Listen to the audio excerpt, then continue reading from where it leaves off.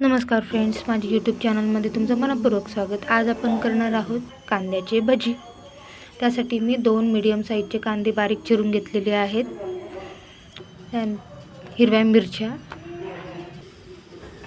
त्या देखील तुम्ही क्वांटिटीनुसार कमी जास्त करू शकता। थोडीशी कोथिंबीर स्वच्छ धुवून कट करून घेतलेली आहे।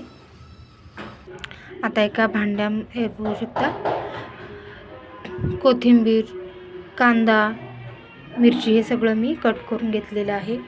याआधी मला सांगा, भजी कोणाकोणाला आवडतात आणि कोणकोणत्या प्रकारचे भजी आवडतात मला नक्कीच कमेंट करा। एका भांड्यामध्ये मी बेसन काढून घेतलेलं आहे।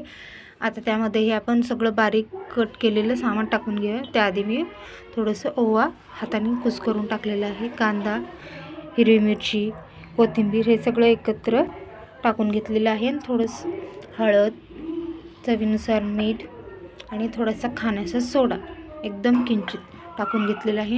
हे व्यवस्थित खालीवर करून घेतलेले आहे। आता त्यामध्ये थोडंसं पाणी टाकून छान एकत्र करून घेऊया। आता हे छान सगळं मिश्रण एकत्र व्यवस्थित झालेलं आहे।